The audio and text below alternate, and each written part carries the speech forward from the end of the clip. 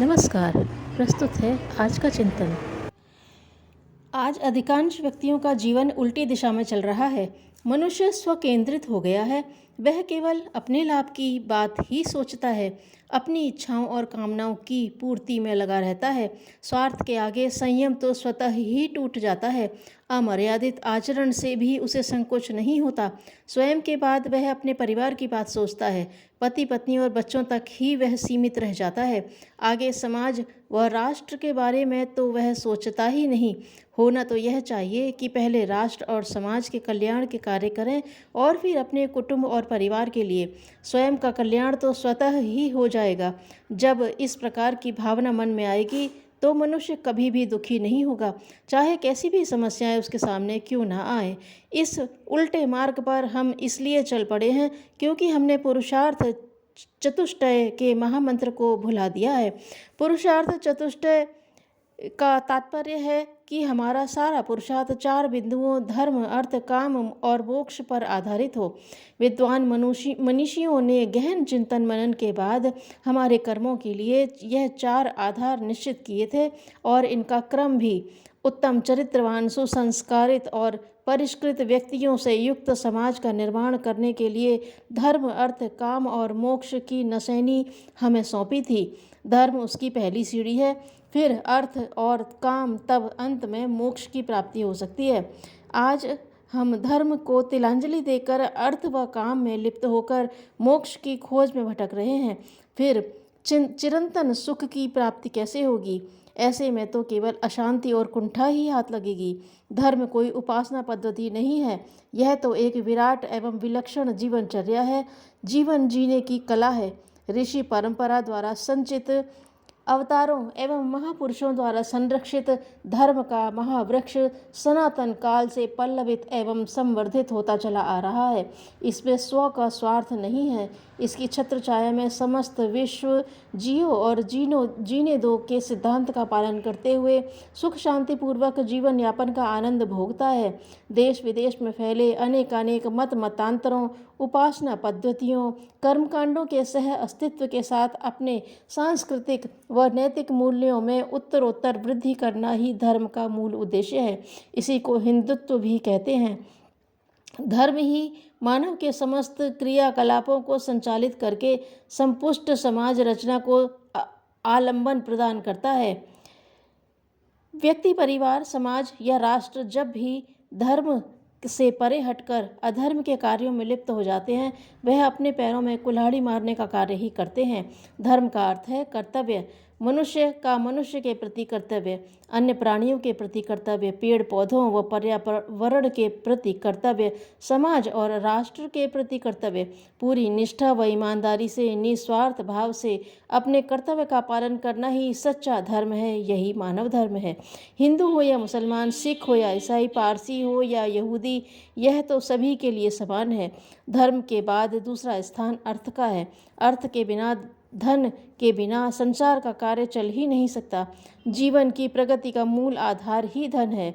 उद्योग, धंधे, व्यापार, कृषि आदि सभी कार्यों के निमित्त धन की आवश्यकता होती है। यही नहीं, धार्मिक कार्यों, प्रचार, अनुष्ठान आदि सभी धन के बल पर ही चलते हैं। अर्थोपार्जन मनुष्य का पवित्र कर्तव्य है। इसी से वह प्रकृति की विपुल संपदा को अपने और सारे समाज के लिए प्रयोग भी कर सकता है और उसे संवर्धित व संपुष्ट भी। पर इसके लिए धर्माचरण का ठोस आधार आवश्यक है। धर्म से विमुख होकर अर्थोपार्जन में संलग्न मनुष्य एक ओर तो प्राकृतिक संपदा का विवेकहीन दोहन करके संसार के पर्यावरण संतुलन को नष्ट करता है और दूसरी ओर अपने क्षणिक लाभ से दिग्भ्रमित होकर अपने व समाज के लिए अनेकानेक रोगों व कष्टों को जन्म देता है। यही सब तो आजकल हो रहा है। धर्म ने ही हमें यह मार्ग सुझाया है कि प्रकृति से, समाज से हमने जितना लिया है, अर्थोपार्जन करते हुए उससे अधिक वापस करने को सदैव प्रयासरत रहें।